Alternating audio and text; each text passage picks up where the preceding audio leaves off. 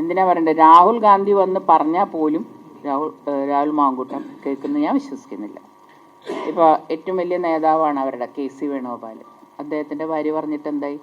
10-15 minute കൊണ്ട് അത് പിൻവലിക്കേണ്ടി വന്നില്ലേ? അപ്പോൾ അതേമാതിരി ഉമാ തോമസ് എറണാകുളത്ത് ഞാൻ താമസിക്കുന്നത് ഞങ്ങളുടെ അവിടുത്തെ MLA ആണ്. അവർ വളരെ നല്ലൊരു സ്ത്രീ, എല്ലാവരും ഒരു ബഹുമാനത്തിൽ നോക്കുന്നൊരു സ്ത്രീയാണ്. എന്തൊക്കെയാണ് അവരെ പറ്റി പറയണത് ആരാ? ഇതെല്ലാം ഈ ഷാഫിയുടെയും മാങ്കൂട്ടത്തിൻ്റെയും ആളുകൾ കുറച്ച് പേരെ വെച്ചിട്ടുണ്ടല്ലോ. ഞങ്ങളൊക്കെ എന്ത് പറഞ്ഞാലും എന്നെയൊക്കെ തെറി പറഞ്ഞ് ഒരു രക്ഷയില്ല. ഞാൻ അപ്പോൾ അതുകൊണ്ട് കമൻസ് നോക്കാറില്ല. എനിക്ക് പറ്റുന്നതൊക്കെ ഞാൻ എഴുതും, എൻ്റെ മനസ്സിലുള്ള ഞാൻ എഴുതാറുണ്ട്. അതേ ആളുകളാണ് ഇപ്പം ഈ വനിതാ നേതാക്കളെ ചീത്ത പറയുന്നത്. കാരണം നിങ്ങളെന്താ കലൂർ സ്റ്റേഡിയത്തിൽ വീണ് ചത്തൂടായിരുന്നു? ആ രീതിയിലുള്ള, അപ്പം അത്രയും മോശം മനസ്സുള്ള കുറേ ആളുകളെ കൂലിക്ക് വെച്ചിരിക്കുക അവർ.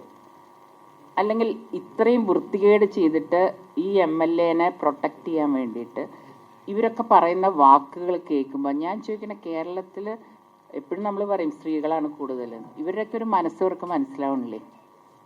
കാരണം ഏതൊരു, പ്രത്യേകിച്ച് പെൺകുട്ടികളുടെ അമ്മമാർക്ക്, നമുക്കൊക്കെ അതാണ് കൂടുതൽ ഫീൽ ചെയ്യണം. ഇനി ധൈര്യമായിട്ട് ഇങ്ങോരുടെ അടുത്ത് പോകാൻ പറ്റുമോ എന്തെങ്കിലും ഒരു കാര്യത്തിന്? ആർക്ക് വേണ്ടിയ MLA സ്ഥാനം രാജിവെപ്പിക്കാതെ അവിടെ ഇരുത്തിയിട്ടുള്ളത്? വേറെ ഒന്നുമല്ല, സ്വന്തം തടി പഠിച്ചിട്ട്.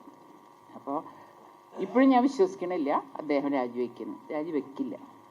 ഇതിങ്ങനെ നീക്കി കൊണ്ടുപോയി അതങ്ങനെ ഡയല്യൂട്ട് ചെയ്ത് അവസാനം ഇദ്ദേഹത്തെ വിശുദ്ധനായിട്ട് അവർ പ്രഖ്യാപിക്കും.